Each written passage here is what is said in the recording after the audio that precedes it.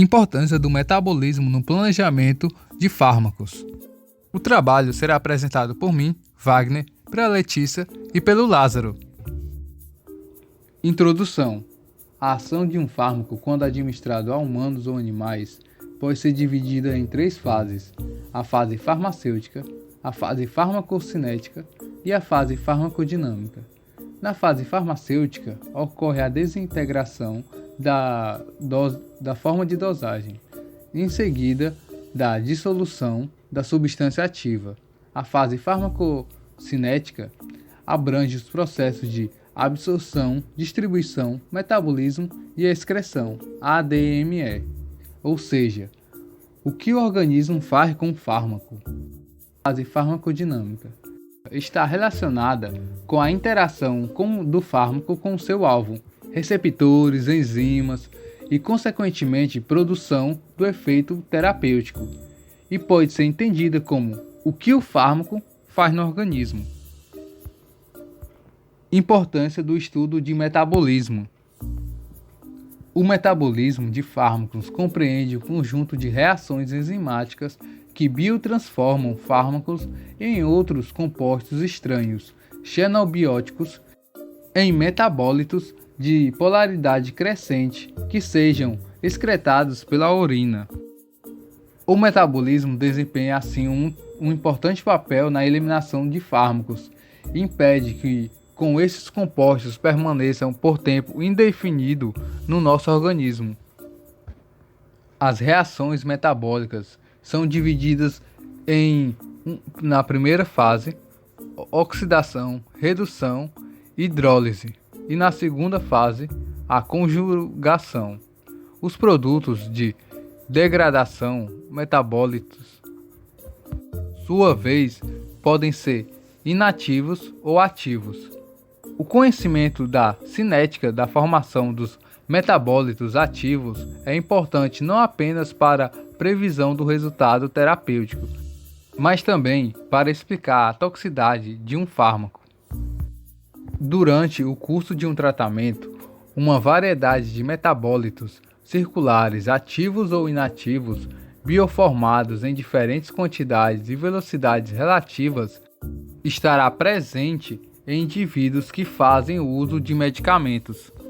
Fica claro que a capacidade metabólica de cada indivíduo influencia gradativamente esta complexidade cinética e pode resultar em diferentes respostas terapêuticas.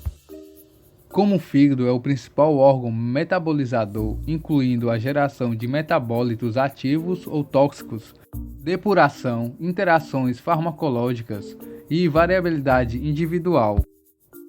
A depuração hepática é o principal alvo da otimização da farmacocinética de uma série de compostos. O bloqueio ou mesmo a promoção de metabolismo pode ser manipulados no sentido de obter fármacos com perfis farmacológicos mais favoráveis. Vantagens do aumento da estabilização metabólica. Várias vantagens estão associadas com o aumento da estabilidade metabólica. Aumento da biodisponibilidade é maior, que por sua vez pode permitir doses menores e menos frequentes, proporcionando melhor adesão do paciente, melhor congruência entre doses e concentrações plasmáticas, consequentemente reduzindo ou mesmo eliminando a necessidade de caros monitores terapêuticos. Estratégias para o aumento e estabilidade metabólica. O metabolismo pode ser reduzido através da incorporação de grupos funcionais estáveis, como por exemplo os grupos bloqueadores em sítios metabolicamente vulneráveis, desde que essas mudanças não sejam prejudiciais às atividades farmacológicas. Estratégias bloqueia a oxidação da posição específica em anéis aromáticos, através da introdução de grupos fortemente retiradores de elétrons.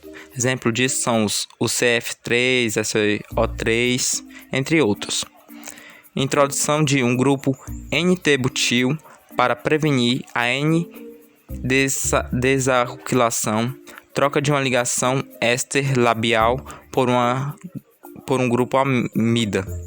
Deve ser considerado, entretanto, que o aumento da estabilidade metabólica pode trazer desvantagens, como longos tempos de meia-vida e risco de acúmulo de fármacos. A descoberta do ritonavir. O planejamento do ritonavir resultou de intensos esforços na procura de um novo inibidor de protease de HIV, com potência antiviral e propriedades farmacocinéticas ótimas. Em 1994, pesquisadores da Abbott identificaram o composto A80987, que, embora com boa potência inibidora de protease moderada, biodisponibilidade oral, apresentava tempo de meia-vida curto, que é uma limitação comum a muitos peptidomiméticos.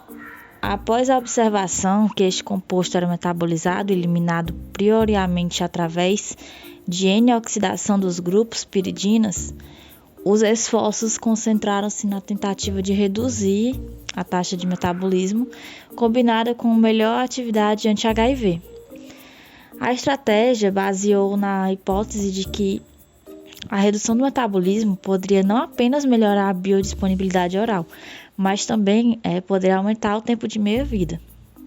E como resultado, a obtenção de altos níveis plasmáticos prolongados poderia produzir um efeito antiviral mais intenso, bem como retardar a emergência de mutantes resistentes graças à supressão mais efetiva da replicação viral.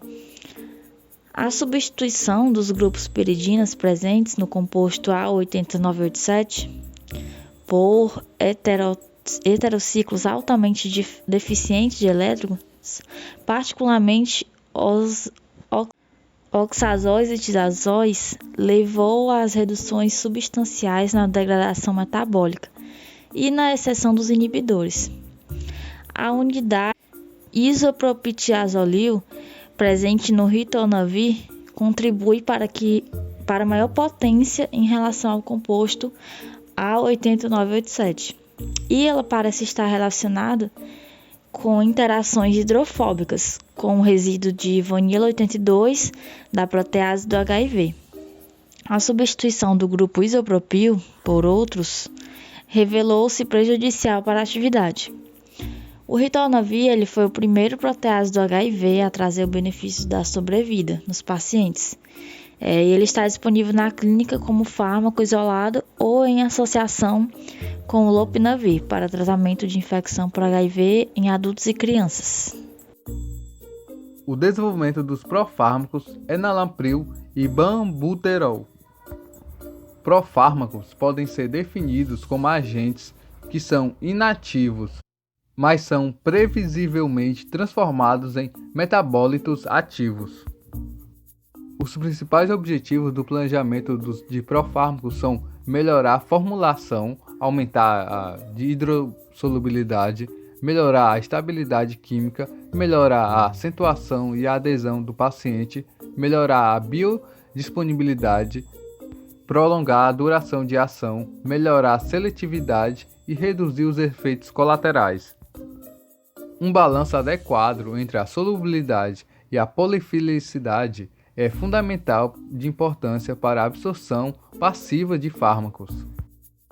Fármacos são muito polares ou hidrofílicos, tendem a apresentar baixa disponibilidade em virtude da sua baixa permeabilidade pelas membranas celulares, que são de natureza poliproteica.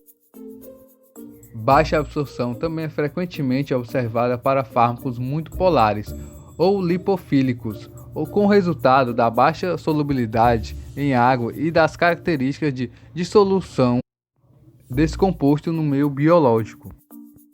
À época de sua descoberta, o ácido enalaprilico revelou-se com excelente atividade antihipertensiva, possivelmente como inibidor de enzimas conversoras de angiotensina. Porém, a alta polaridade dos dois grupos carboxílicos resultou em baixa absorção oral, de menos de 10%, o que implicava em uso apenas de via injetável. Isso representava naturalmente um problema para a adesão do paciente, uma vez que seriam exigidas injeções diárias durante o tratamento crônico da hipertensão. A conversão desse grupo carboxílico em seu derivado éster de etila resultou num enalabril, com melhor hipofilicidade em relação ao primeiro. Permitiu a sua conveniente administração oral por absorção entre 60% a 70%. Vale destacar que, uma vez absorvido, o enalapril é convertido ao seu ácido de origem, através da hidrólise de ligação éster, condição essencial para a produção do efeito farmacológico.